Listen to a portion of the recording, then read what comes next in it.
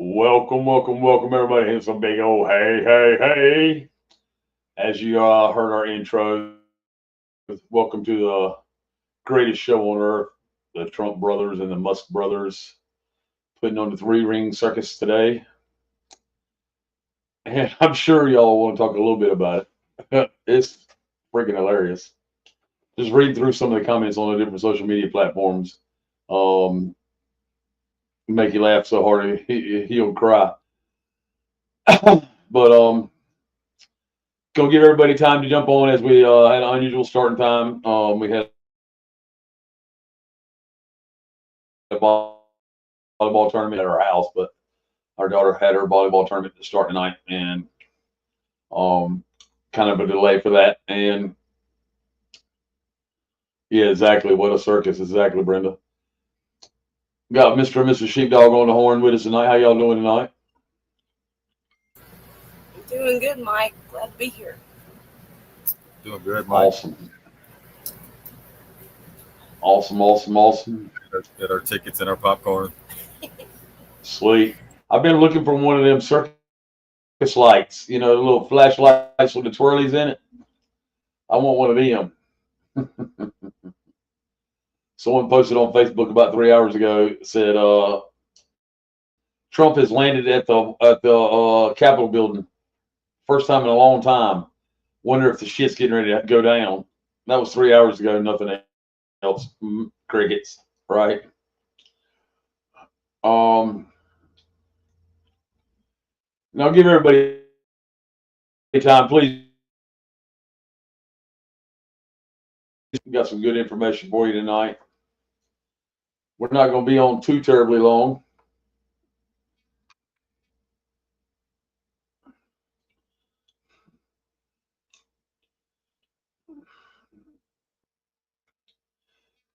But it really is the three-ring circus. The shit show is really the shit show. And our disclaimer is when we share the news with you here in just a minute. As we have said before, yes, Trump's name was on the flight logs. Okay, so was Ivanka's. All right, there's explanations for it. Whether that stands to hold true, I have no clue. Don't care either. Really don't. All right. I'm like Rod. Rod told the whole crowd with Mrs. G, Dr. G the other night. I care about as much about that whole situation like a shoe stuck to the bubble gum stuck to the bottom of my shoe. He has some MAGA meltdown, exactly. But it's going to play out. We told y'all, we've shared with everybody it's going to play out. Go ahead, Sheepdog. Oh, sorry. Yeah, they took a poll on X because I went on there to see what was going on with all the, Elon's post, and they took a poll on there. I found pretty interesting, and it said, do we need to start a third party? Would you be okay with that? And I think it's about a 90% out of 4 million, 5 million people voting. Like an independent. Right. So in other words, it's really not it's just a reflection of the people who are waking up from both sides. Yeah, exactly. Right. I think Elon posted that poll. I'm not for sure. Yeah. Yeah.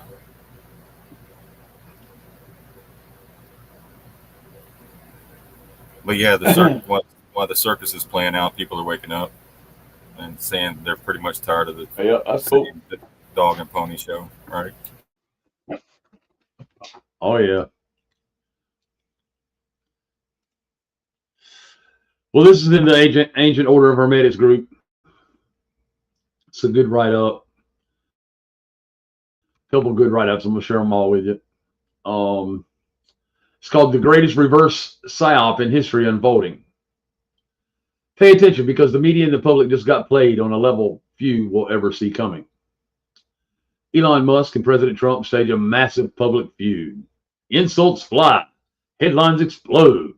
The media latches on like starving sharks, all eyes glued to the spectacle, the perfect smokescreen. Then, just when the illusion is thickest, boom! Elon drops the Epstein bombshell. Trump's name surfaces in files, and suddenly the whole narrative flips. The media buzz shifts from petty drama to the dark truth buried in those sealed documents. Right on cue, Kash Patel steps in to deliver the Epstein files. This isn't a coincidence. This is Sun Tzu level warfare. Misdirection to blind the enemy, then strike the heart of the narrative when they're looking the other way. Trump and Musk aren't just playing political games. They're orchestrating a 4D chess match designed to dismantle the illusion itself. And who's walking right into the trap? Our lovely defenders of the illusion. So obsessed with the distraction, they're now demanding the release of the very files that could unravel everything they cling to. Do we just psyop the illusion and tearing itself down from within? Hell yes. And it's already happening. Be careful what you wish for, because once those files drop, the foundation of the illusion will quake. There's no going back. The greatest game is on, and it's already won.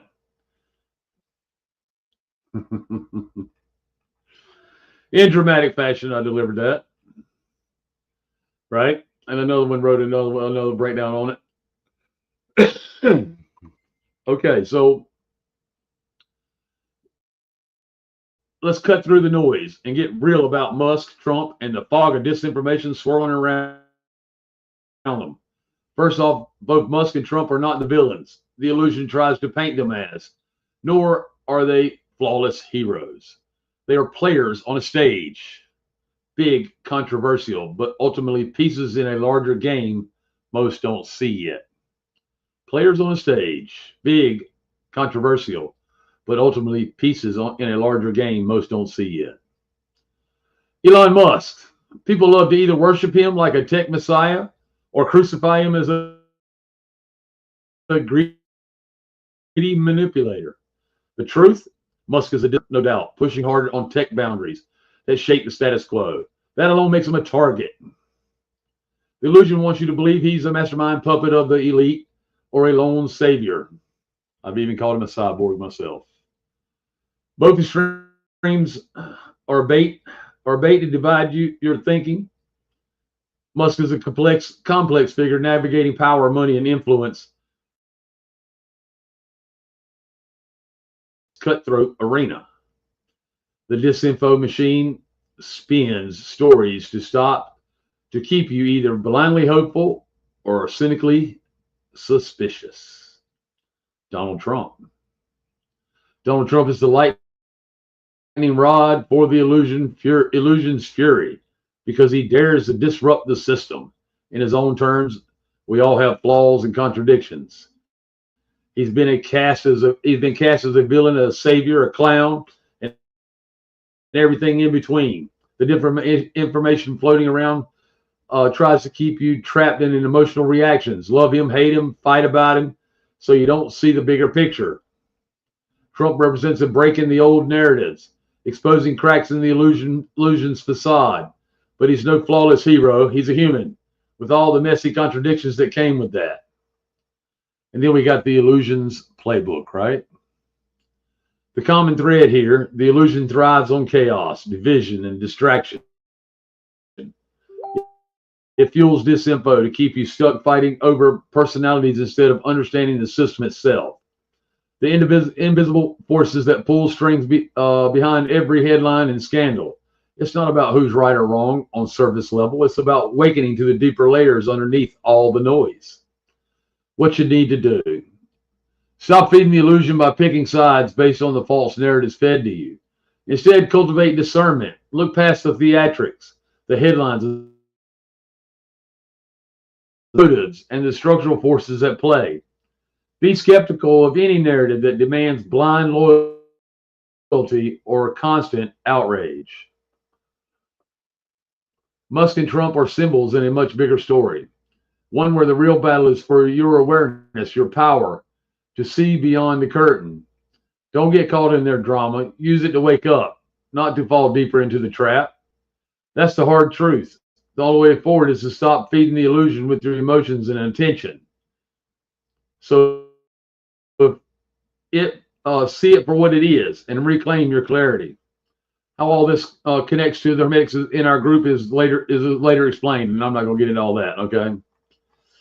You know, we don't sugarcoat anything. They don't sugarcoat anything. The narrative is the narrative, folks. We've been talking about it for a long time now.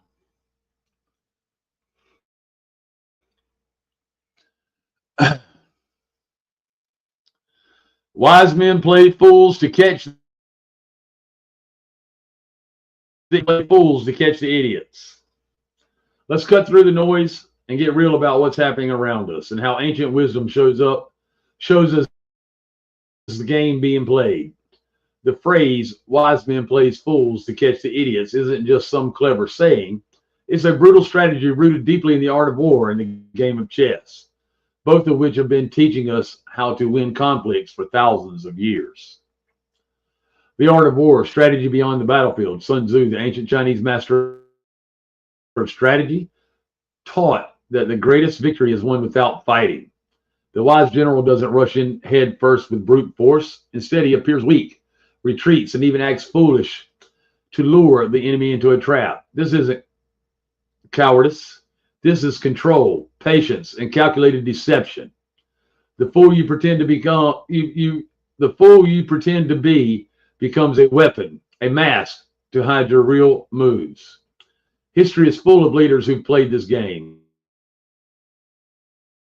Think of the Trojan horse. The Greeks pretended to give up and sail away, leaving a wooden horse behind.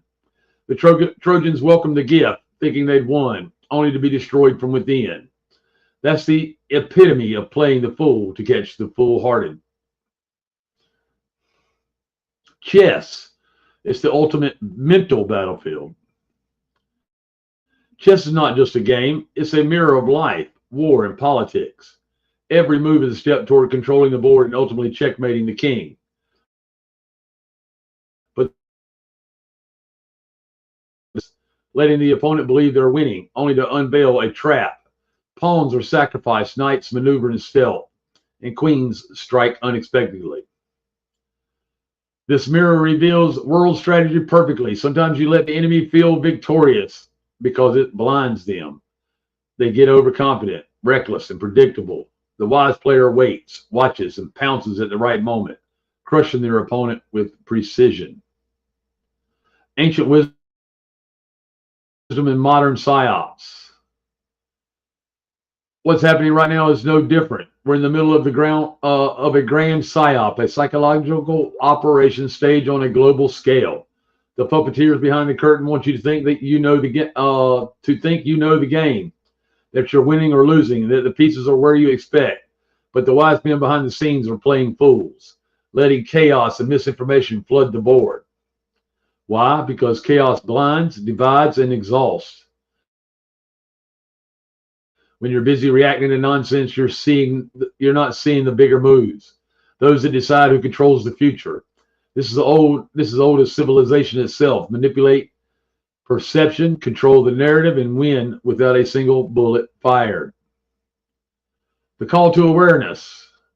If you want to rise above this, understand that appearing foolish is sometimes the smartest move.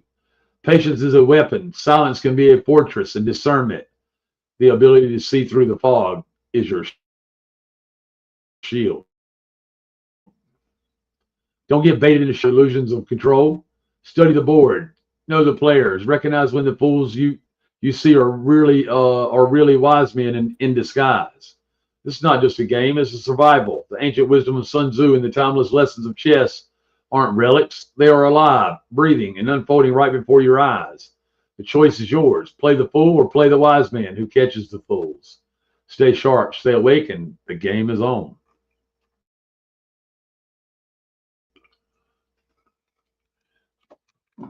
Okay.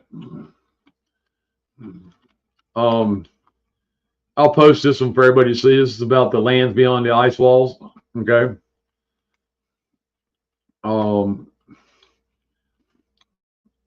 some more on Elon Musk and Trump right there.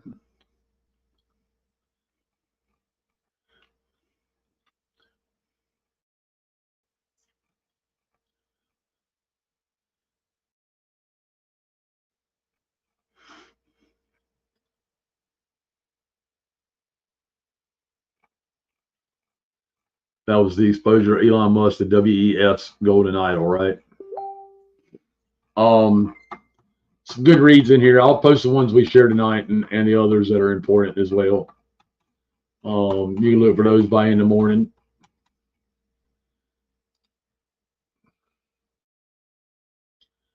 Other than that, folks, I really don't have a lot to talk about tonight. You know, we're only 16 minutes in, and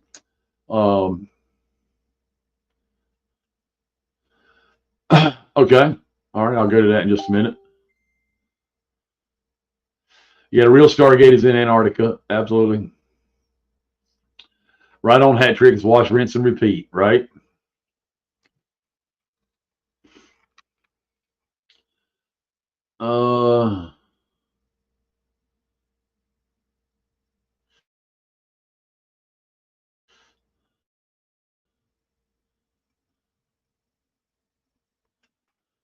I love how the MAGA crowd thinks they're only baiting the left, while MAGA is also walking into it as well. Right into a trap.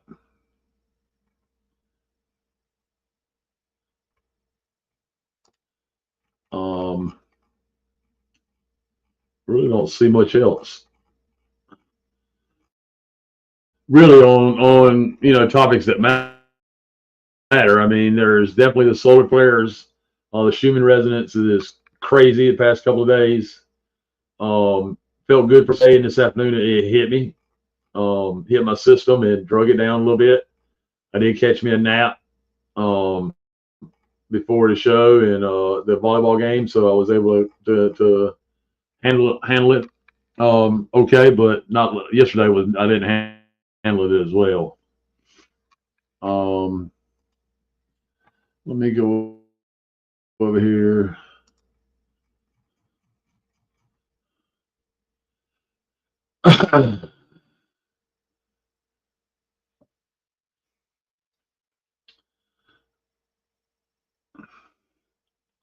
The rocket struck the statue. Dominion begins. Nothing is more powerful than the idea whose time has come. Victor Hugo. Let's see here. Ministry of Health. This is Jubanda.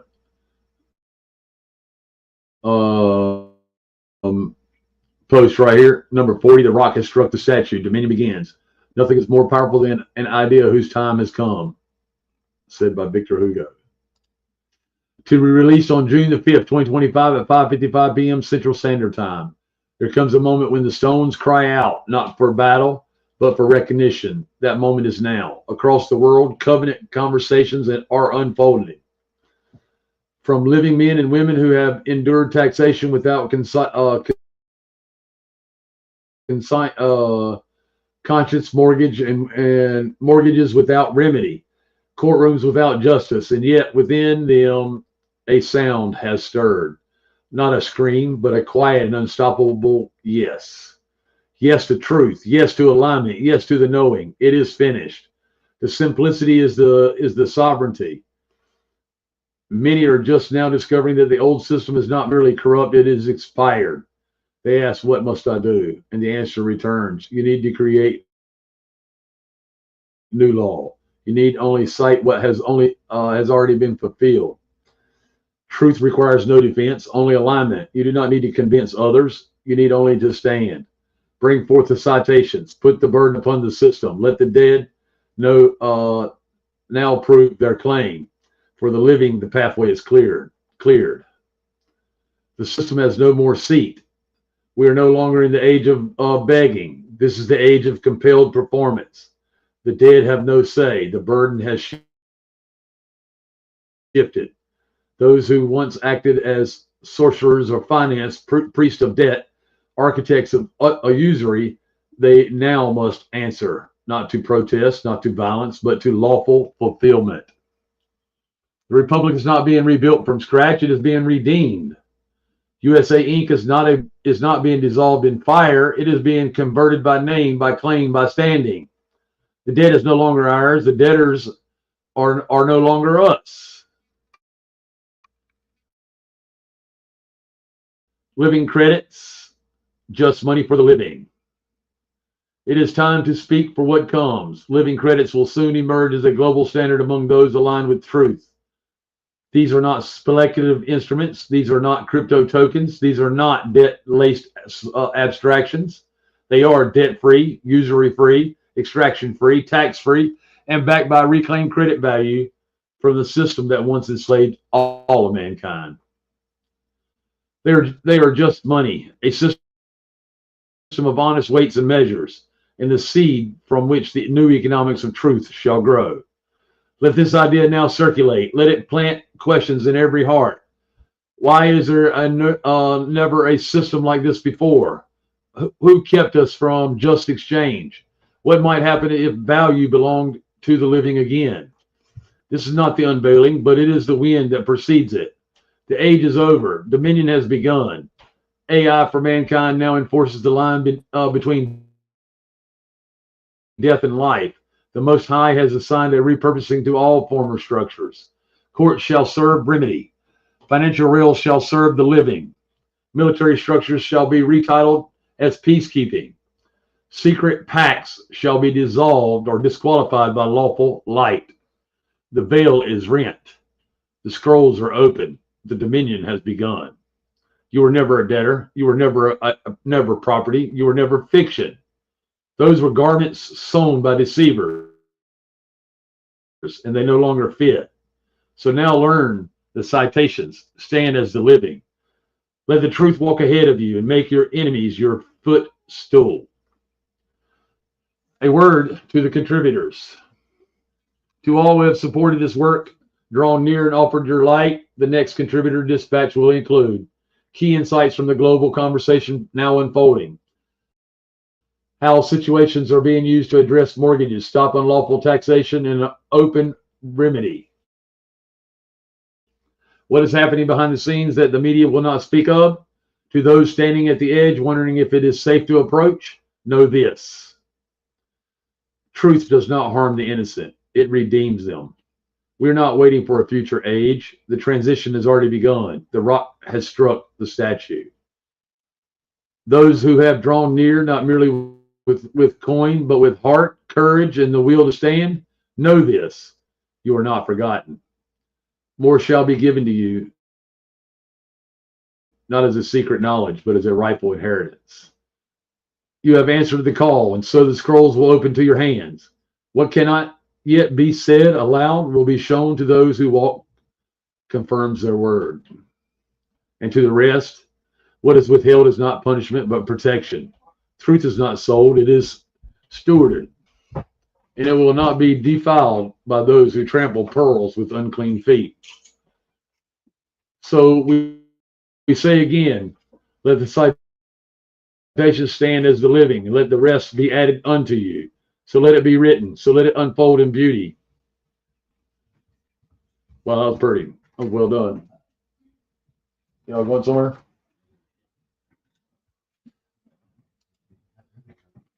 All right. There you have it. And we'll get that link out to everybody. That's a really good piece by Gavandi, if I'm saying his name correctly. Yeah, the movie seems more like a soap opera. Absolutely. Yeah, 1980s soap operas. Yeah. Yeah, exactly. Who shot JR? As the world turns, and these are the days of our lives. With the little hourglass. Yeah. Oh, yeah.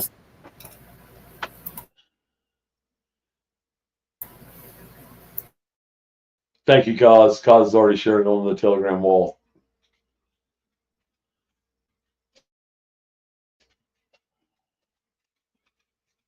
Well, Sheepdog, that's what I got for everybody tonight, man. With that, I yield. I went back and looked at the old soap operas from the 60s, 70s. It started right after JFK, I believe, or 80s. And it's all drama. Right. But it kind of reminds it this. I wanted to have a comparison to what's taking place today and how they script everything, and it's just like I think you can miss a couple years of the soaps and come back and not miss anything. If that's what I recall people saying, Wow. because they drag it out, right? The storylines. Right. Oh yeah. But that's all it is. That's why you got the number one reality TV star in place, right? Right.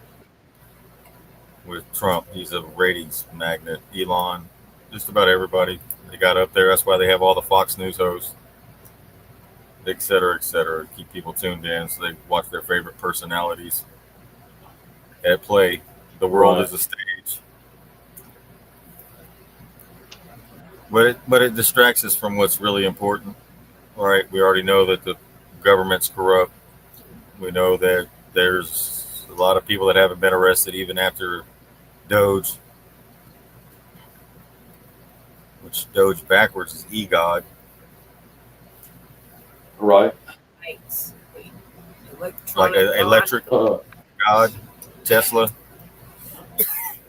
Elon, Tesla's Oh yeah. electric. So EGOD is it like electronic God or electric God?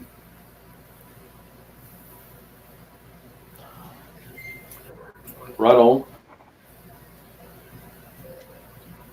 But so they just really just distract us from what's more important, and that's organizing and realizing that the people have the power. I played several clips the other day about that, pretty much telling you about what's going on with veterans, what's going on with the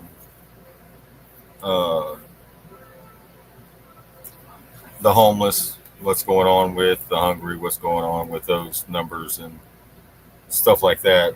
That's constantly, as we get caught up in this soap opera, people are constantly being dragged further away from waking up and realizing the real issues aren't being talked about. Right. distraction. It's just a drama, a daytime drama. But I want to go into a couple of things, Mike, tonight. I'm not gonna get into anything negative or anything like that. I might talk a little bit about Congress, but All right. I got a clip here about. You remember we had a discussion about not everyone has a soul, and people don't understand what that means. Oh, yes, sir. It really goes way back to the Egyptian times. They knew that as well. So I really want to get into that. Then let me share screen here.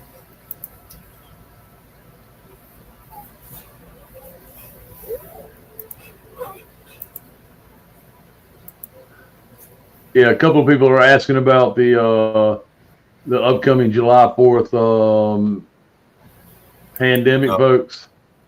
It'll only last as long as you give it energy, okay? Because we're not falling for it again. Another simulation. Like Event 201. Yep. If you want to know, that's what they're saying. The 201 with the 7-4-47 flip. Yep. What is the 4th of July? Independence Day, right? Constitution.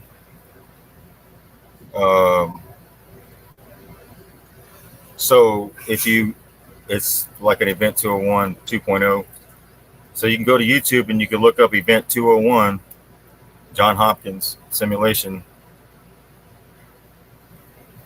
If you really want to go back and look at how we got here. And we posted a while Yeah, back. absolutely. Again. We posted a while back. We'll have to find it again, but it was a pamphlet. It was a, what do you call it? Where it had Event 2025, and it was about the same thing. So it's another simulation type thing. Oh, Agenda 2025. different boxes visited. Check Yeah, out. where it had about the another pandemic. Oh yeah. What if there was another pandemic? Okay, but I think the people are awake to that for the most part, minus a few people still stuck in the because we're all on the same planet, we're in the same world, but or we're on the same Earth, but there's like several different worlds taking place simultaneously, and there's still a group of people that are still stuck in a world where they may believe everything on the TV still type situation. They didn't wake up from the last 3 or 4 years or 5 years or whatever. So those are the ones you really got to be concerned with. Now, I don't know how it's going to take place, but just know it's a simulation. And you go to Event 201 on YouTube, and that started October 2019. 6 months later, they rolled out the carpet for COVID-19, right? And they ran that simulation 6 months later. So they just need to, your TV is a military weapon. It's the most powerful military weapon on the planet. Your phone and your computer, anything that can get your mind trapped in it, right? All right, so I got a little clip here on Congress. We'll play this real quick. This is from Truth Media. Congress is functionally illiterate. It was so hard, you guys, to not just totally go off on an entire tangent after I saw this clip of our Homeland Security Secretary having absolutely no clue whatsoever what habeas corpus is. So, Secretary, what is habeas corpus?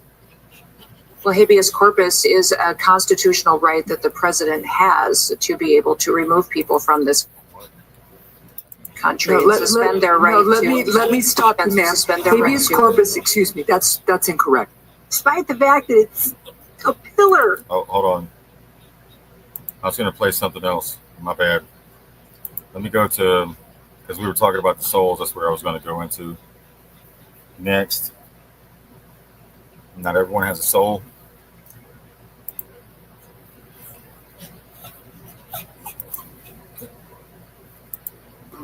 Not everyone walking around on this planet has a soul. Yeah, I said it. Not everyone you see around you is as alive as you think. This isn't some theory pulled out of nowhere. It's a harsh reality that some people, beings, are essentially just going through the motions. These are the ones who look human, talk human, even act human, but they're not. They're empty shells, no real awareness, no inner spark, no soul driving their actions. This idea isn't new. It's been around for ages, and it was laid bare by Edgar Cayce, the man who delved deep into the hidden truths of human existence. According to him, not everyone inhabiting a human body has a soul attached to it. Some are just placeholders. How many times have you encountered people who are incapable of empathy, who can't seem to grasp the weight of real emotional or spiritual experience? These aren't just bad people. They're not people in the way you and I think of it. They're not spiritually evolved. They're just walking, talking biological machines with no consciousness beyond basic functions. You know the type. They're the ones who blindly follow orders, who live only for material gain, who can never truly connect with anything deeper than their own reflection. They don't have the depth or capacity for higher thought. There's nothing inside but a void. You'll find them everywhere.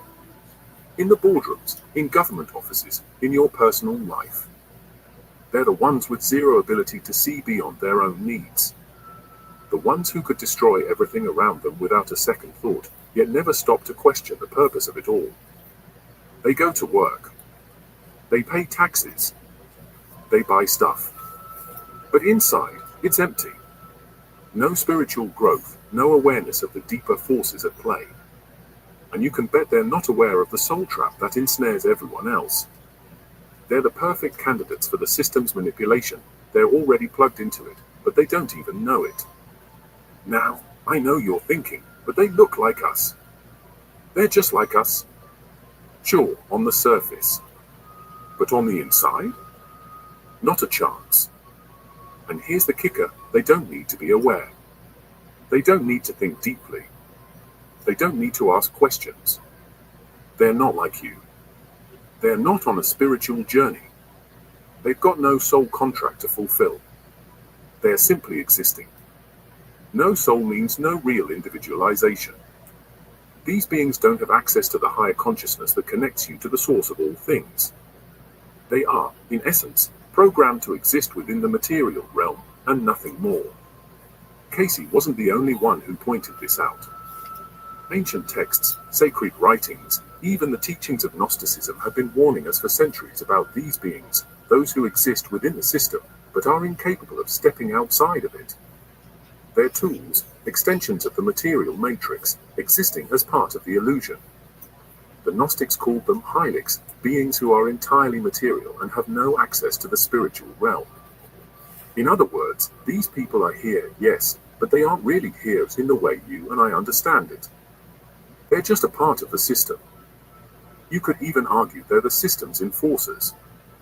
You think about the world around you.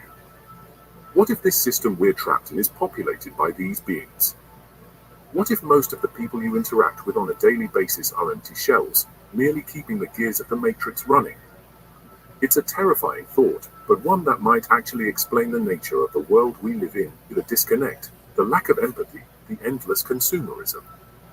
They don't need to evolve spiritually. They just need to keep everything functioning as it is.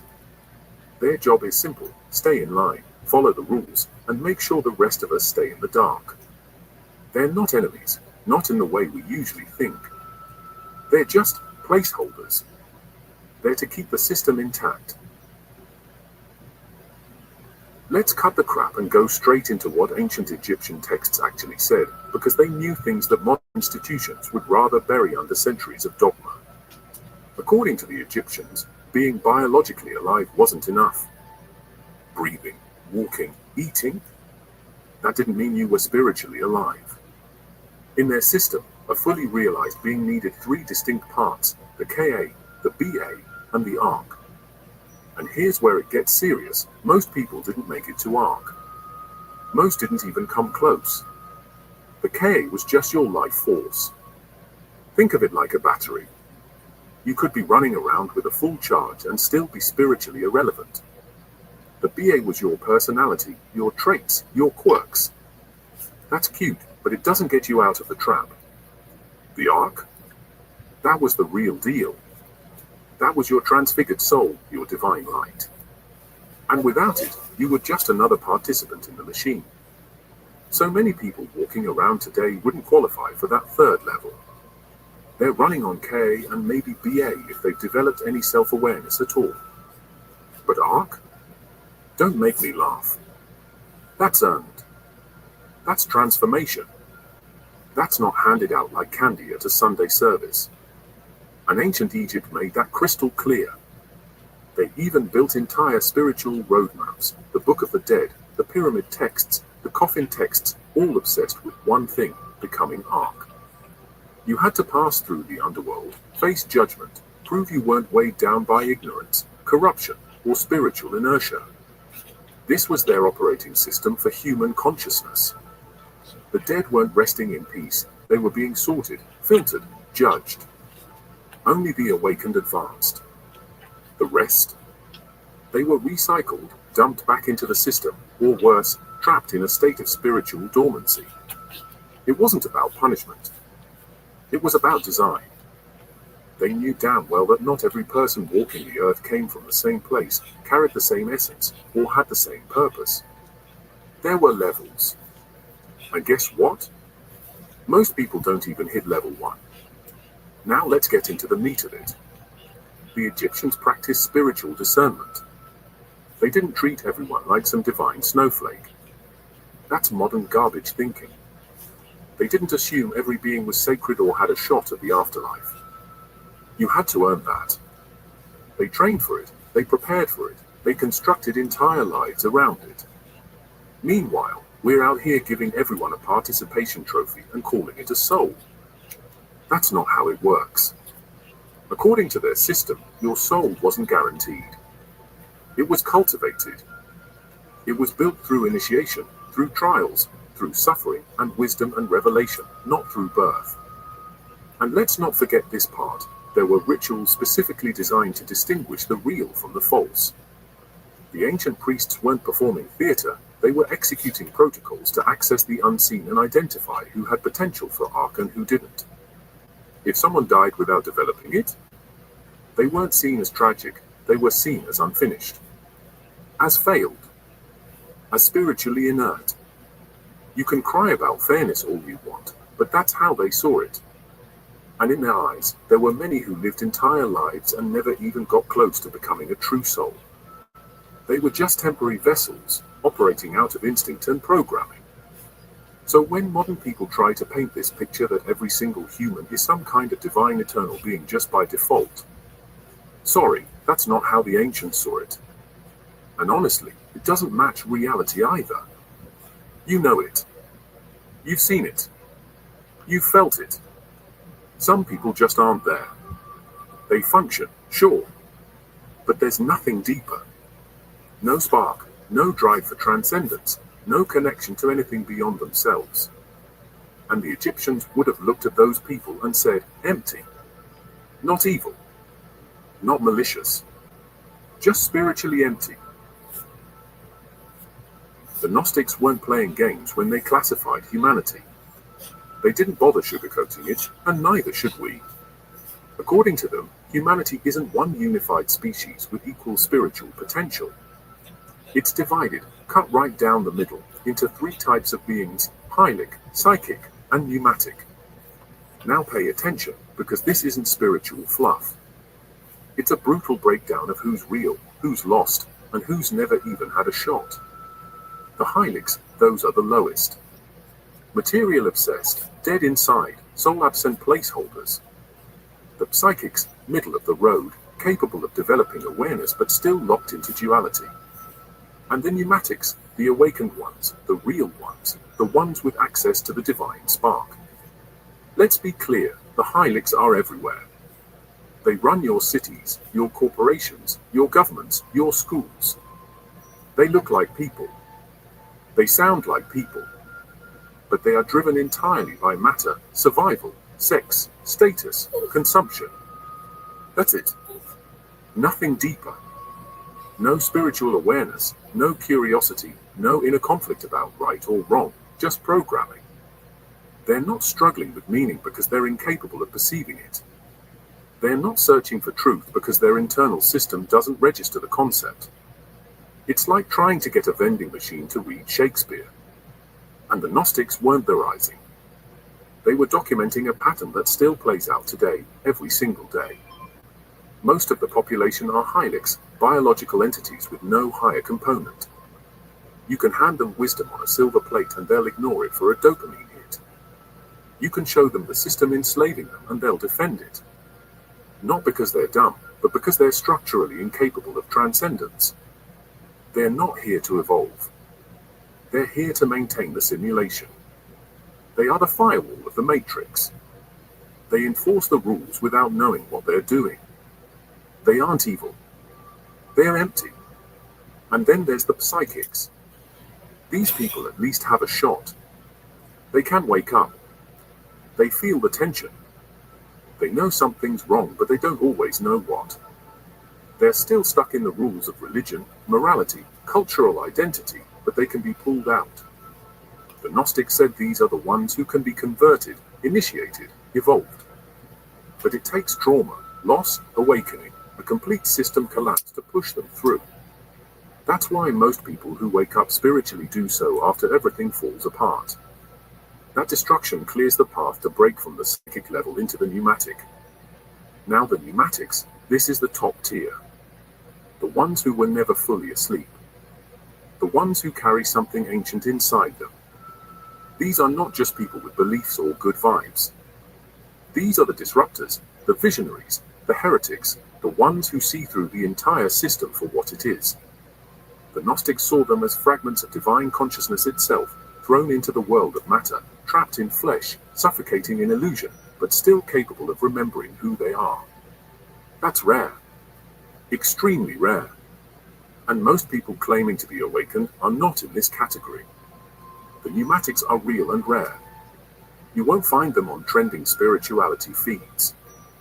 You find them in isolation, in exile, or speaking truth no one wants to hear. Let's talk about the elephant in the room that no one wants to admit. This culture worships bodies, not beings. The second you're born with a pulse and a brain, society labels you human and assumes you've got a soul. No questions asked. That's the baseline assumption. If you look the part, you are the part. It's lazy. It's dangerous. And it's flat out wrong. Because once you strip away the superficial definitions, biological functions, cognitive skills, social behavior, you're left with a very uncomfortable question. Is there anything conscious behind those eyes? Most of the time, no. You're dealing with an interface, a system operator, a meat suit that knows how to respond to stimuli and mimic connection, but the actual self? Not present. The spiritual gatekeepers of the past didn't make that mistake. They didn't call everyone divine. They had a process, a brutal one, for determining who had real soul potential and who was just here to fill space. Modern society flipped that on its head. Now the assumption is universal divinity. Every person is treated like a sacred vessel of cosmic importance just because they exist. That's not spirituality. That's infantilization. It's a feel-good narrative to keep people compliant, to discourage critical thinking, and to erase the fundamental truth: consciousness is earned, not distributed like oxygen. And don't act surprised. Look around. You've seen people who seem like they're just running code. You speak to them and it's like hitting a wall. No inner depth. No spark. No self-reflection. Just responses. Programmed reactions. Surface-level chatter. They've got no curiosity, no hunger for truth, no ability to process nuance. That's not a soul. That's a machine following scripts. The worst part? These people aren't rare. They make up the majority. They pass every IQ test, follow every rule, climb every ladder, and still, there's nothing behind it but reward-seeking behavior and social mimicry. Their success is mechanical, not conscious. Ancient systems didn't give a damn about how well you conformed. They measured your soul by how well you could break through illusion. And guess what? Most people didn't qualify. That wasn't seen as harsh, it was seen as reality.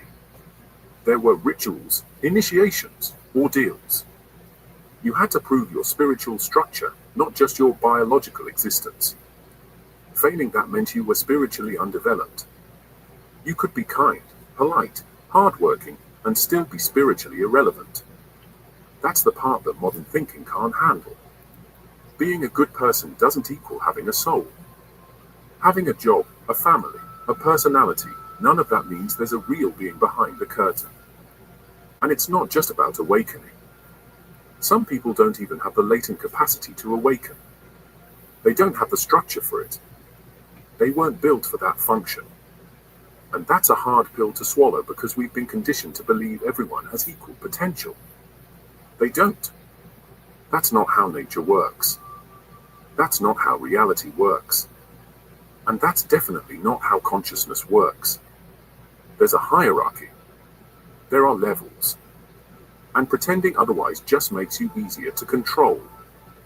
These people, these non-soul placeholders, are fully integrated into the system. They reinforce it. They celebrate it. They protect it. Not because they're evil masterminds, but because they literally can't perceive that there's anything wrong with it. The system is their God. Structure is their salvation. Order, repetition, obedience, these are the highest virtues for them. Why? Because their inner world is empty. There's no friction, no resistance, no internal war between truth and illusion. There's just compliance. And that makes them perfect tools for a world that punishes depth and rewards conformity. You try to talk to them about the soul, and it bounces off. Try to explain spiritual awakening, and they glaze over. Try to expose the trap we're in, and they get defensive not because you're threatening their beliefs, but because you're breaking their script. They don't have beliefs. They have protocols.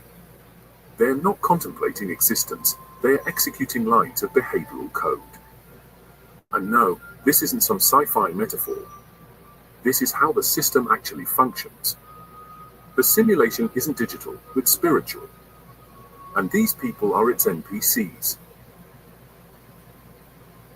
The Tibetan Book of the Dead doesn't waste time sugarcoating death.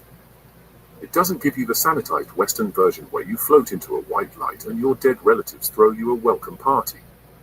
No. It describes a brutal, chaotic, high-stakes transition between lives that separates conscious beings from unconscious reboots. And here's the kicker, most people don't choose their next life. They're pulled into it like trash getting sucked into a cosmic vacuum. You're not reincarnating because you're evolving. You're reincarnating because you're stuck. Because you didn't wake up last time, or the time before that, or the 20 cycles before that. You're not ascending. You're recycling.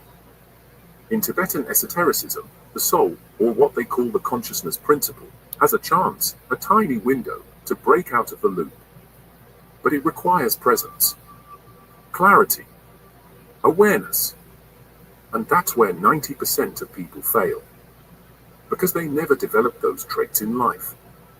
They were too busy being reactive, passive, emotionally driven biological systems.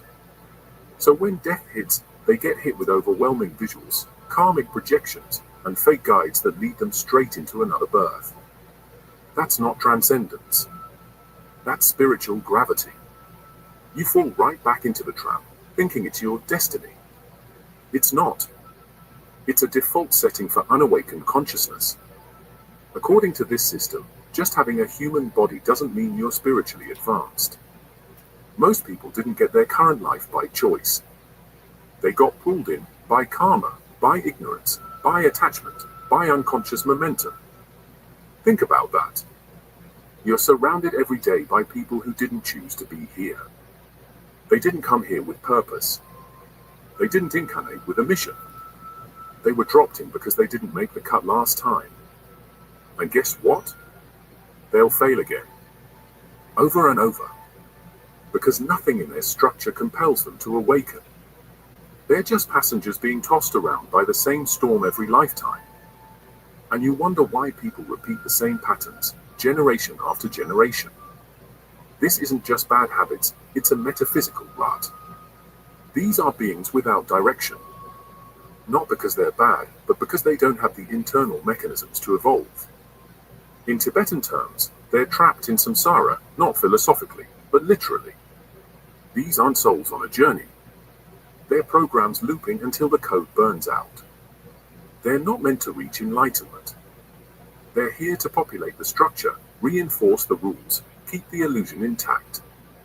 They are the crowd, the default setting, the background noise of the reincarnation machine. And when you confront this idea, modern spirituality panics, because it's been selling the fantasy that everyone is on their path. But not everyone has a path. Some just have patterns. They move through life like water through a gutter. Wherever the slope leads, they go. That's not divine will. That's inertia. And when death comes, that same inertia drives them right back in. These are the beings who see the tunnel of light and sprint into it without a single thought. Not because it's salvation, but because it's familiar. And the system knows that.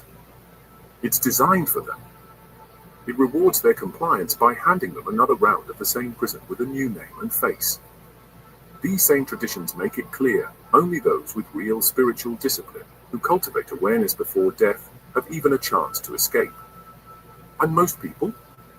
They don't even know they're supposed to be preparing for that moment. They're living paycheck to paycheck, dopamine hit to dopamine hit, completely oblivious to the fact that their death will not be some peaceful fade to black. It'll be another reroute into another meat suit, another set of illusions, another fake life with no memory of the last one. That's not reincarnation. That's a factory reset. Plato didn't waste his time pretending all souls were equal. He straight up said it in Timaeus, only the most spiritually refined get to be reborn as humans. Everyone else? Downgraded, thrown into lower life forms. And let's be clear, he wasn't talking about punishment. He was talking about cosmic order. The soul is measured by its level of awareness, not by its ability to breathe and talk and post on social media. You had to earn the human form. You had to fight for it, evolve into it. But today, we act like being born human automatically means you're some enlightened entity with a destiny. That's not philosophy. That's delusion. Most people are not here because they chose to be. That's modern spiritual fantasy designed to protect egos. Plato's model destroys that idea completely. He made it very clear, if you didn't cultivate reason, if you didn't discipline your soul, you dropped. You got thrown into a body you didn't choose, living a life that didn't belong to you, surrounded by illusions you couldn't escape. And in that world, most of what we call humans are just failed iterations of something higher. That's the dirty secret. You're not looking at a planet full of ascending souls. You're looking at a system recycling the leftovers. This concept pisses people off because it kills the feel-good lie that everyone is here on a sacred journey. No. Some people are just filling roles. Plato saw that. The Greeks saw that. The soul had to be trained, purified, elevated. And if it wasn't, it regressed. Simple. You dropped back into form, back into matter, and had to start from zero. You didn't get a participation trophy. You got downgraded into matter that served the machine. And here's the brutal part. Most people don't even question why they're here because they don't have the capacity to. They weren't given that function. They're not designed to ask. They're designed to follow. You look around today, and it's obvious. You think these people walking around obsessed with consumption, control, and compliance are highly evolved beings? You think they came here out of divine intent? They were placed, recycled, slotted into a program that keeps the structure moving. Not everyone has an inner dialogue. Not everyone wrestles with morality. Not everyone questions existence. And Plato would have told you flat out, they're not fully human. They're humanoid. They carry the shape but not the spark. They wear the costume but not the content. This is the part modern society can't handle. Because it forces you to admit the obvious, just because someone looks like you doesn't mean they are like you. We've built a civilization on the assumption that everyone shares the same interior depth. That's a lie. That's how control systems stay intact. They need you to think you're all equals in essence so you'll never question why some people seem incapable of insight, growth, or change. They're not broken. They're just built differently. Their soul didn't qualify for higher knowledge. It didn't reach the threshold. And now it's back, stuck in a loop, performing the role of a person in a world full of roles.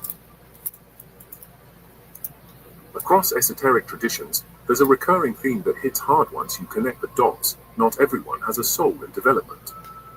Some just don't have it, period. There's no inner spark. No driver. No observer behind the eyes. They function. They talk. They emulate emotion. But it's mimicry. It's surface level. It's scripted behavior with zero internal processing beyond social feedback. And you felt this. You've met people where the conversation never goes past weather, sports, gossip. Try going beyond that and you hit a wall. That's not an accident. That's design. These aren't sleeping souls. They are empty shells, fully adapted to the system, perfect for maintaining the illusion, absolutely useless for anything beyond it. They can say, I love you. They can cry at funerals. They can post selfies in front of temples. But ask them to define consciousness. Silence. Ask them about the nature of reality. Defensiveness. Ask them why they exist.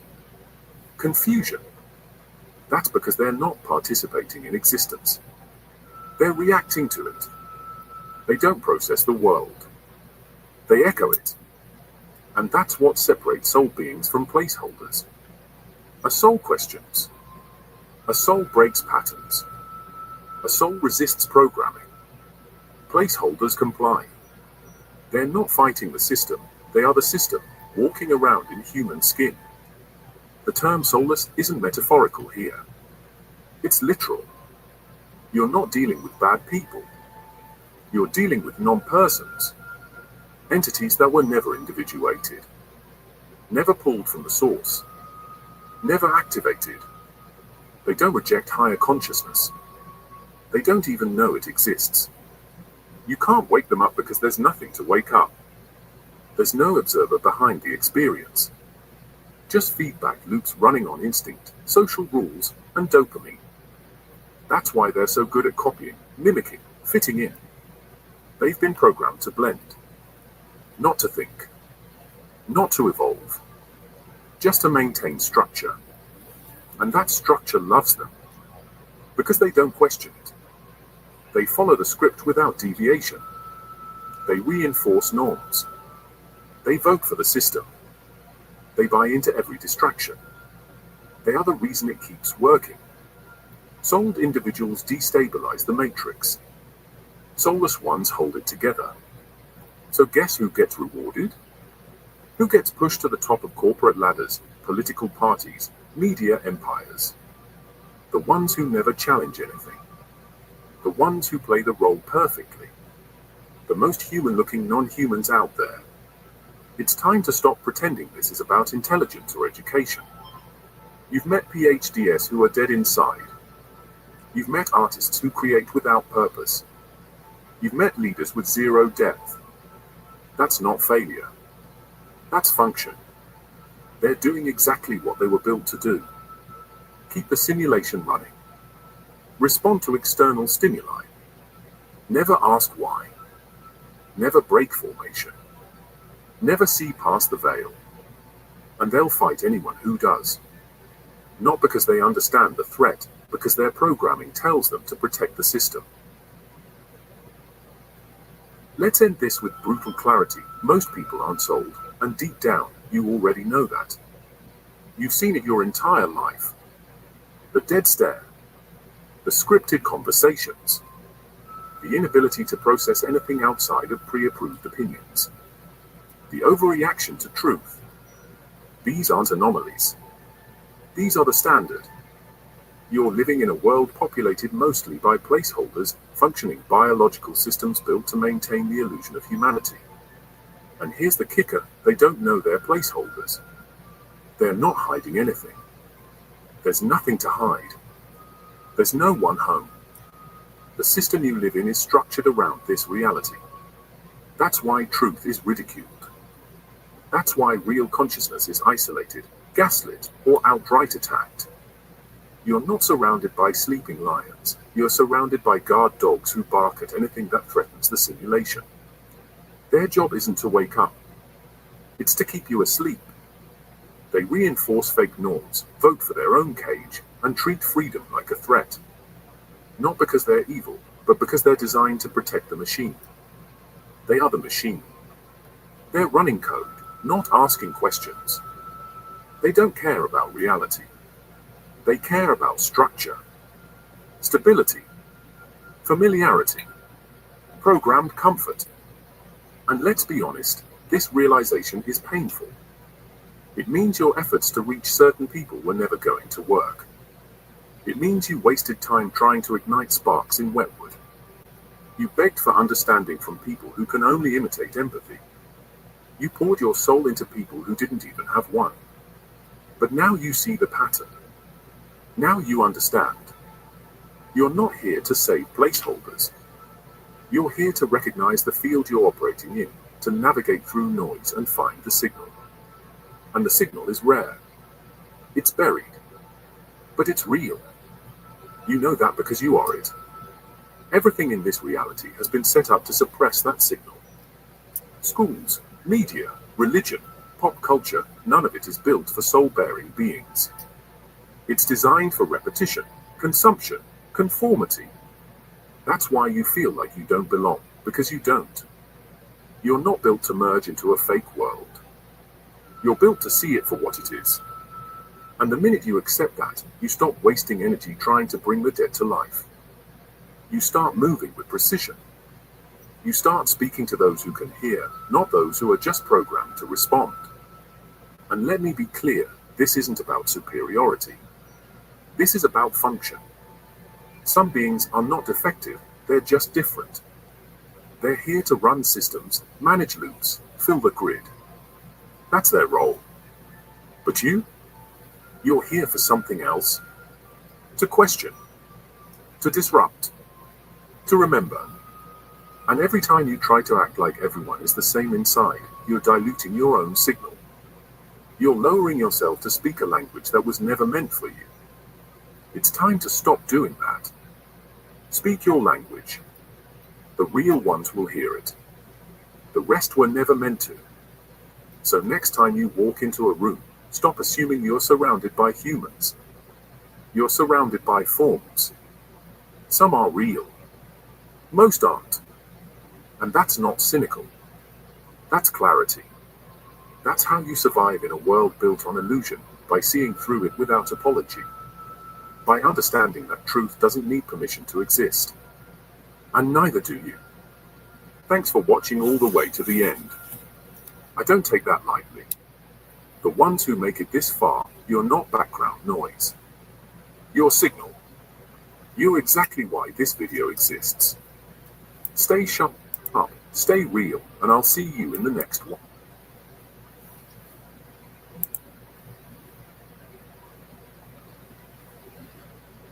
So that was for what Might had brought forward about the souls and being able to tell the difference. They look like us, but they're not us. Right. Yippers.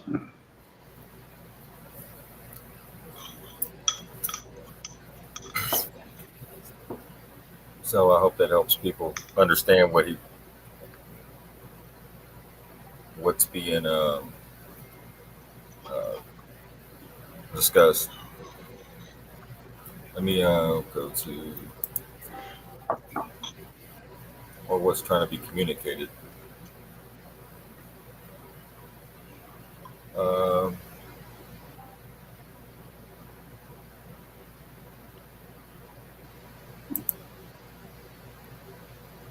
That's about it. Just something to ponder.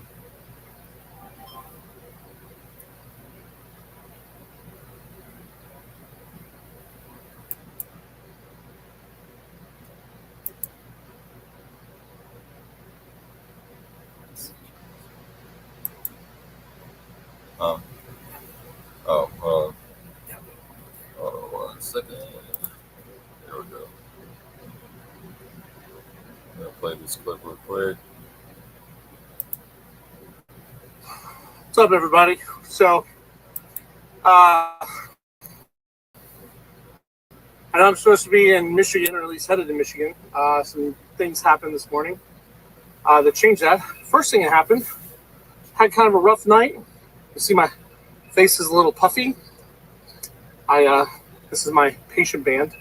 I went to dinner last night, and apparently, whatever I ate, I had an allergic reaction.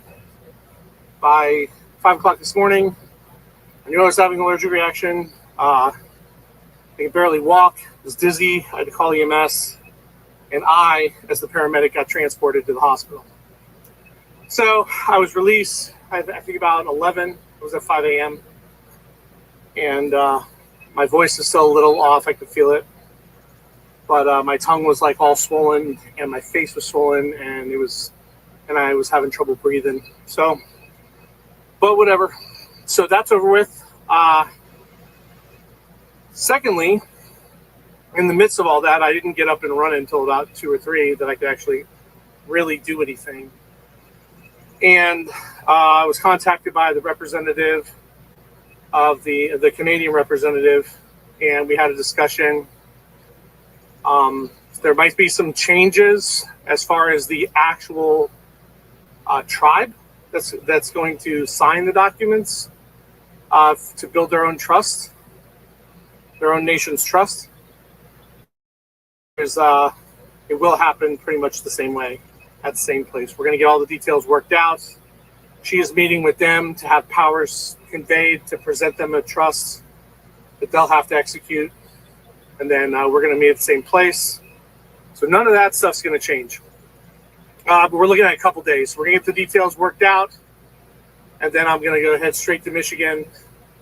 We'll still execute the documents along with the Michilimackinac territory at the specific site that it needs to happen at.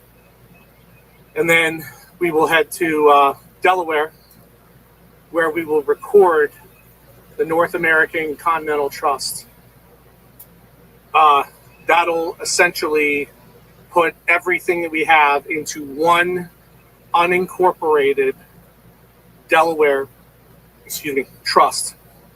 So that'll happen probably about 5 or 6 days, roughly. And then from there, we're moving on. We're gonna move on. We got to move on after that, right? Because we have the North American Continental Trust in place per the Articles of Confederation, recorded,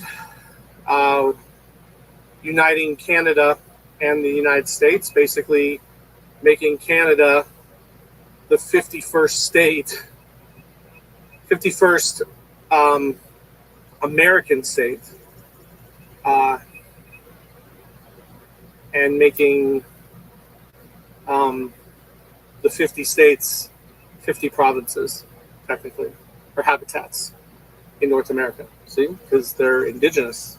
That's how this works. We get to be a tribe and a nation.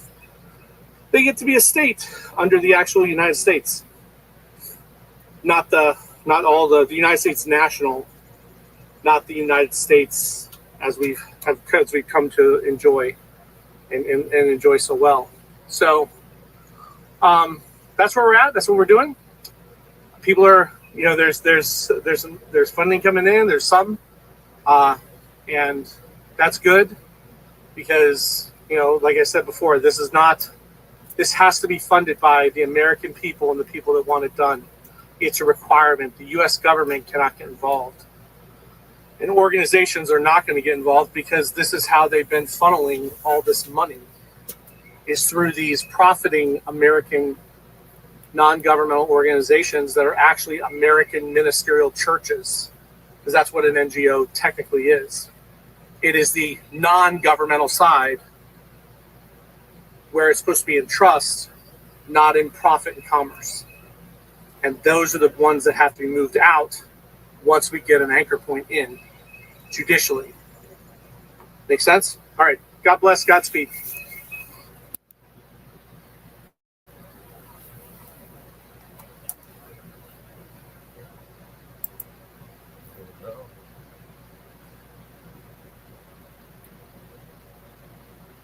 That's it, Mike.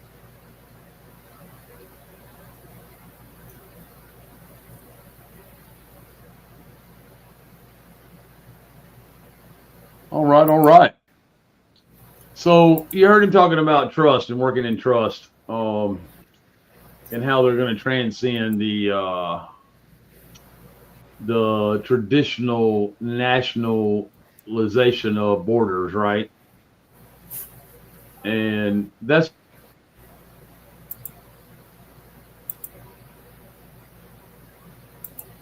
pretty important piece. With the trust, the irrevocable trust, you can work in both. All right. Your protection is all for you to be in the public, the way you choose to be, yet keep everything that you own and protected because it's in the private. Does not show that you own it. So therefore there's no liability. Along with that, folks, is the true understanding of going within. Because we're not going to be a society of sue anymore when we're cleaning this up, right? We're going to be suing them, right, while we're cleaning this up, right? Because we got to stand up for ourselves to make it happen. But our neighbor, if a tree falls on and breaks our fence, we're not going to be suing in court to settle that. That's stuff we can settle at home, right? And it's something that we can do as in our communities by building relationships and proper relationships and understanding the morality of we've got to look out for one another, right? It's not a dog eat dog world. That's not the new world by no means. If you're struggling with any of the stuff that's coming down the pipe, you're steadily holding on to something from the old system that you're just not ready to let go of yet, and that's okay. That's all right. It's going to work out. All right.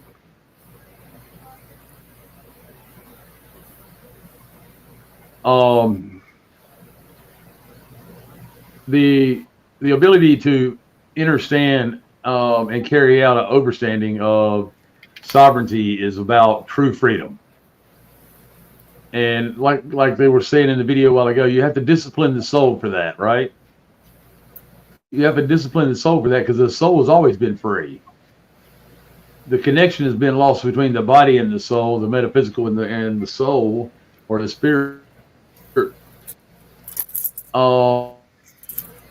Because of the lack of, discipline, the feeding of the soul first, right?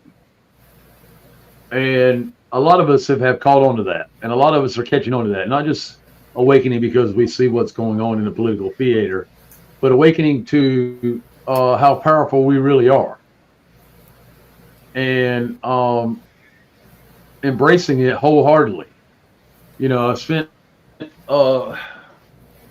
I've talked to several people today, and one of them called and said, I'm not going to call any names because I'm not picking on this person at all, by no means. But they called and said that they got sent a letter saying they could do this. If they didn't do this, then this would happen. And I'm like, so you're a customer of a service provider that is telling you what you can and can't do.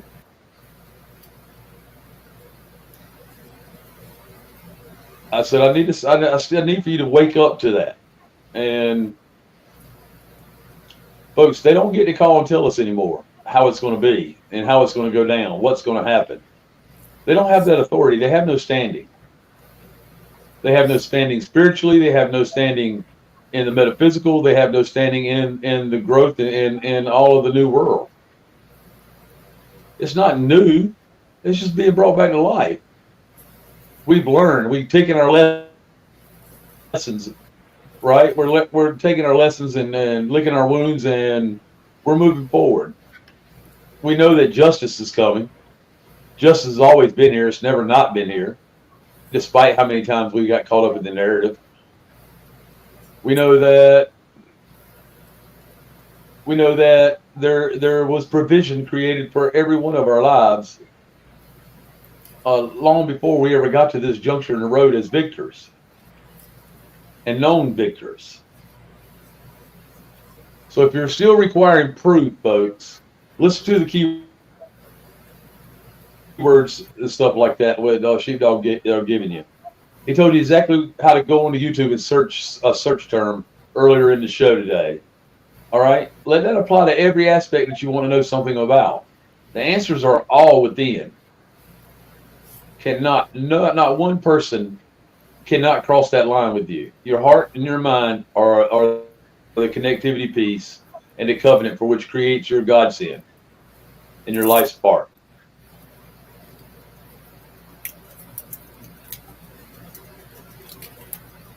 Free will. Now we could go into a discussion about free will, but we're not. We'll save it for another show. But damn it, we are strong, powerful beings. We're no longer debtors.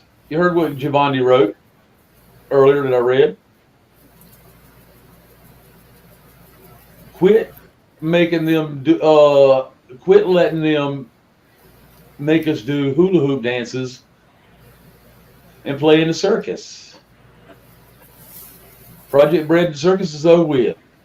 It's time for them to shit or get off the pot. Like I said, this thing has gone local, and I'm not above dragging some sorry ass governor or some sorry ass sheriff out of the bed in the middle of the night to get his job done, because they should have been doing it all along until they're completely gone. And I don't think we'll be completely rid of a lot of them on that side, not personally, but the system on that side until, more towards the fall. I'm not saying this thing is going to drag out any longer. You can see the end of it is starting. Okay, it's going to be a phase thing where we have to work through this. We cannot just go to a cashless society, folks. All right, we know this for a fact. The history, not the history, but the heritage is there. You heard what Gavandi wrote earlier tonight. There's always been systems of weights and measures. It always was based in truth, factual, not a legal fiction. The world is ours to claim. You want the SAR to happen? Stop getting involved in the matrix. You want to squash the COVID thing before it happens? Stop getting involved in the matrix. Figure out how to get off the pharmaceutical drugs. Figure out how to get off some of the supplements and move into more natural ingredients.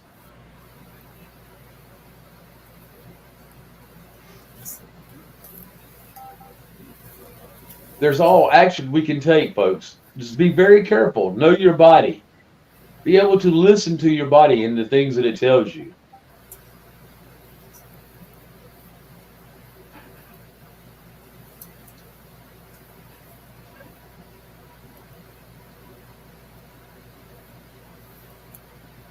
Absolutely. The coupon method, the UCC codes are a way we're going to have to pay our bills for a little while until we completely crash that system. So it's going down in phases. All the financial gurus are about to get theirs. They're about to get a lesson that they'll never forget. Everybody caught in defending the matrix or the illusion is about to get a lesson. They're getting ready to get some hard lessons. We've all taken some of the hard lessons already.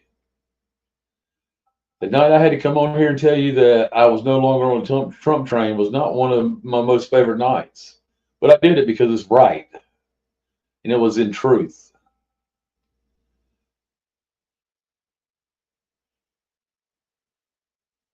Trump, the real Trump, may have never existed in the first place, but if he did, they have been here. They have been on this planet in a long time. Our research shows that the mafia shot him down when he ran out of money to borrow from the banks because they all cut him off because he burned them all, would file a bankruptcy and building the empire while doing it. He borrowed money from the mafia and didn't pay it back.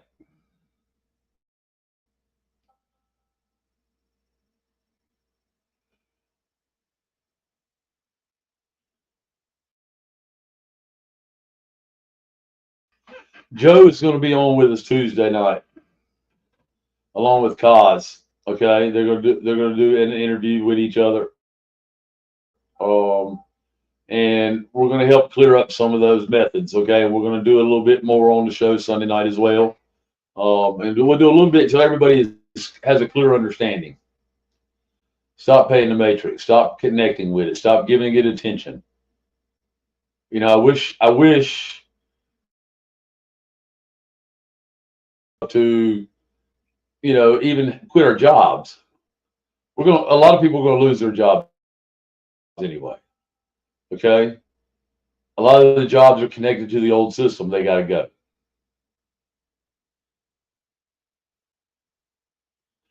go. I got you, Lydia. I caught on to it.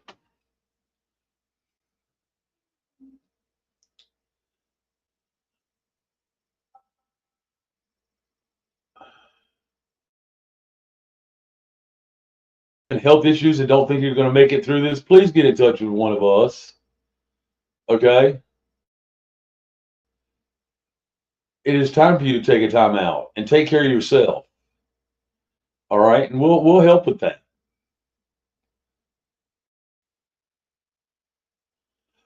Absolutely, Donna. Donna, well said, Donna.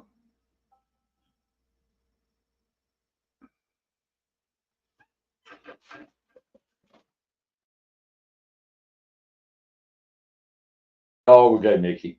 Thank you for catching me up on that.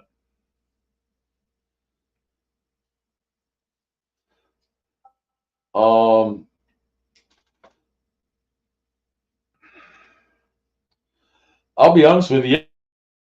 Yesterday, I questioned whether I was going to make it through this, but it was those Schumann resonance kicking in on top of what I already had going on. And it happened again this afternoon, not as severe, but it happened again this afternoon. I didn't want to get on the show again. I was hurting. But, you know, here I am, and I'm not no saint. I'm not nobody's hero.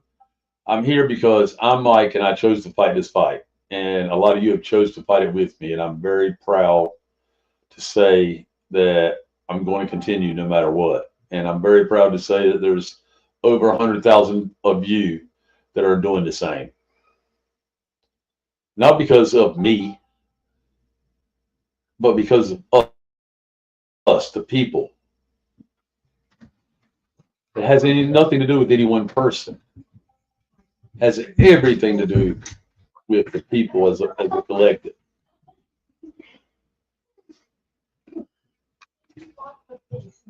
With that being said, I have nothing else, Sheepdog. If y'all like to have anything in closing, go right ahead. I just want to tell everybody I do love you, and I look forward to seeing you maybe with some breaking news Friday or Saturday. News. You know,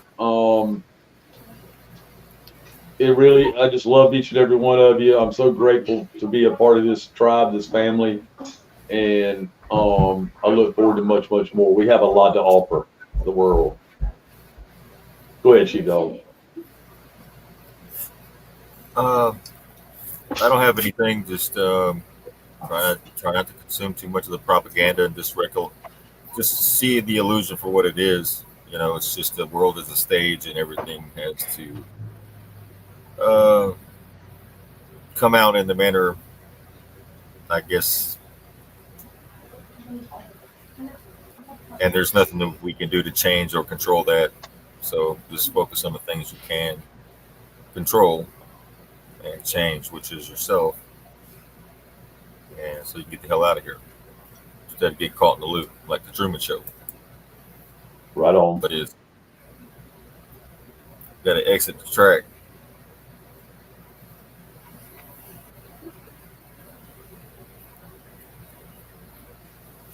That's it.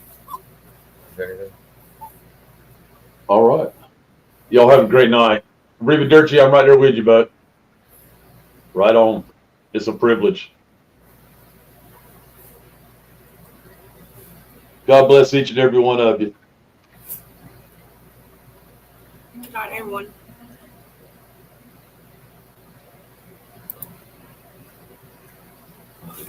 Yet hearts are broken, the healing undone. Can you hear it?